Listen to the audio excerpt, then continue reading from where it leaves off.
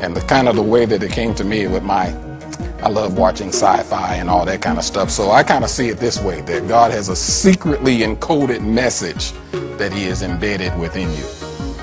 That while he was forming you and fashioning you, he also kind of threw in some messages and coding there about what he wants to do with you.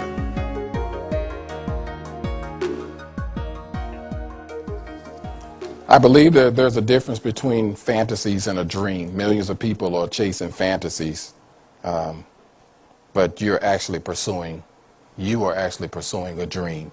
The definition of fantasies include imagination, especially when extravagant and unrestrained, and imagined or conjured up sequence fulfilling a psychological need.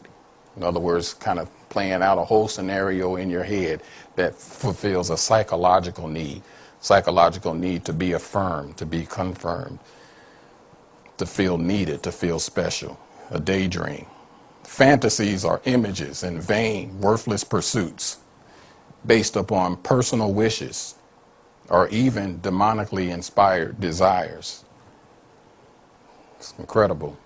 So there are many people that are chasing fantasies, but they use the word dream because they don't know that there is a difference. I believe that dreams come from God.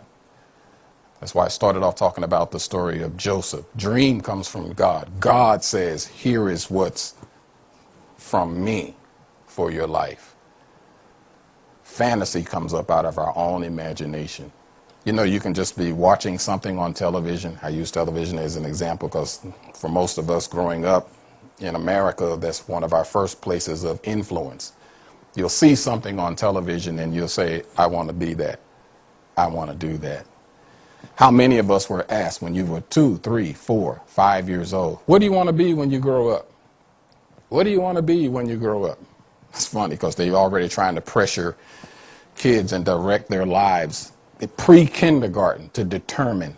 These United States already setting in programs and things at pre-K level to determine what a child is going to do with the rest of their life. Give them a test or something like that to find out what their cognitive levels and skills and all that kind of thing are. I don't know. Woo! Pre-K. Determining what all of my life is going to be. Well, actually, I believe only God can do that because he knows what he stamped inside of me and you before we were even born. So before we even get to pre-K, he already knows what he stamped inside of you.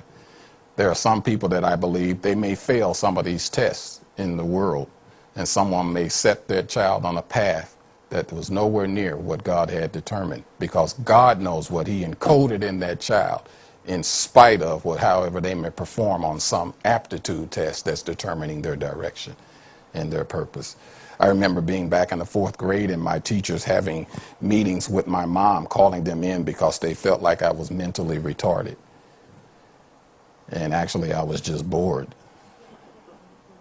I wasn't slow. I wasn't retarded. I was bored. But they were ready to put me in special education class and curriculum and course for life because I was being labeled, mislabeled. But God knew that the child was just bored. I would sit up and look at all of the multiplication tables and stuff that they had around the room, because those of you remember in school, there was always stuff all around the classroom to keep the child engaged. Well, I was actually one of those children that actually did look at the stuff all around the walls and stuff. I actually looked at it. And so I literally picked up my multiplication table just by looking at it and kind of figuring out when I kept seeing 2 times 2, 4, 2 times 5. Because they had it up on the board. And then it occurred to me, oh, they're just simply adding the 2s. And so I wasn't one of those children that necessarily learned by somebody audibly speaking it.